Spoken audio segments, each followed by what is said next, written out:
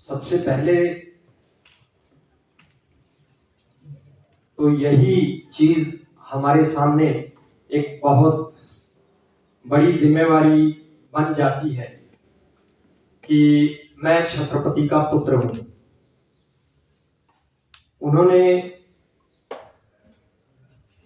जब वर्ष 2000 में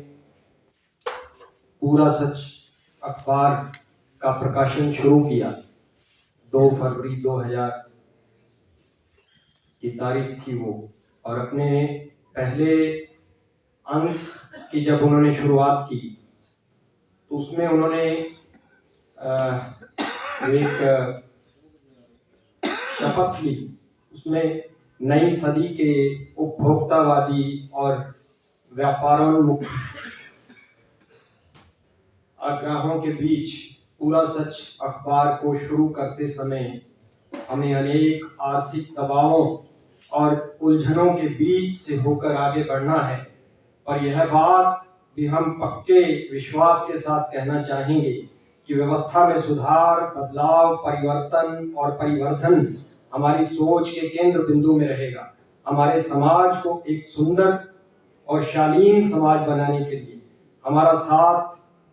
सदा हर किस्म और हर शक्ल के उस आदमी के साथ होगा जो जुल्म, शोषण, लूट खसूट, भ्रष्टाचार और अपराध वृत्ति के खिलाफ खड़ा होगा।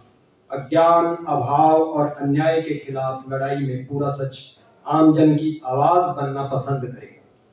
ये जो उनकी पहली शपथ थी जिससे उन्होंने शुरुआत की, और उस शपथ को उन्होंने जब तक वो रहे अपने अंतिम दिन तक उन्होंने निभाया भी। निश्चित ही जो आर्थिक दबावों का उन्होंने अपने पहले अंक में जिक्र किया था, वो चीजें उनके दिमाग में थी कि वो पत्रकारिता को एक व्यापार के तौर पर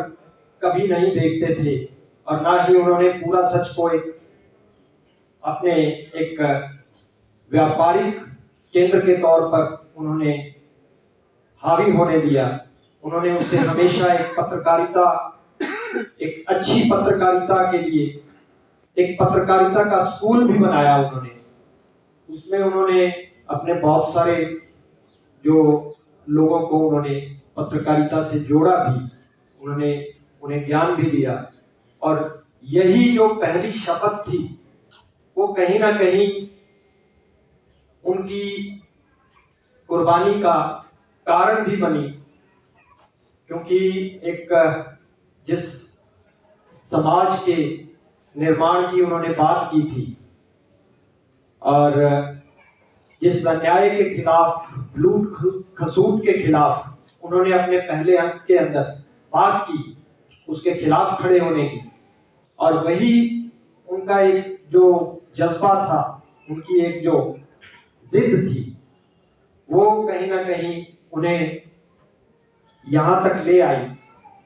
कि जिस धार्मिक अदारे के खिलाफ उन्होंने पहली बार उनके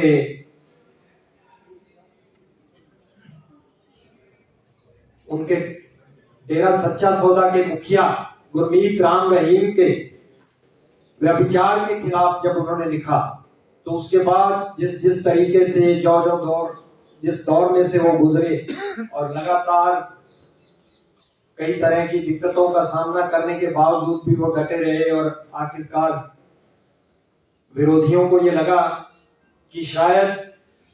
बुलेट से सच को दबा दिया जाएगा, लेकिन उनके जाने के बाद जो हमारे सामने जो एक चुनौतियां आई,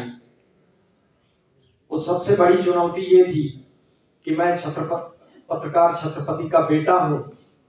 और जो शपथ उन्होंने ली और जिस तरह से छत्रपति को लोग देखते थे, और खासकर उनकी कुर्बानी के बाद जिस तरह से लोगों ने उन्हें देखना शुरू किया, तो वो एक बहुत बड़ा दबाव था हमारे ऊपर कि हम उस चीज को बना करके रखें, उनके स्थापित किए हुए जो उनके पच्चन थे उनको तोड़े ना, उन पर चले,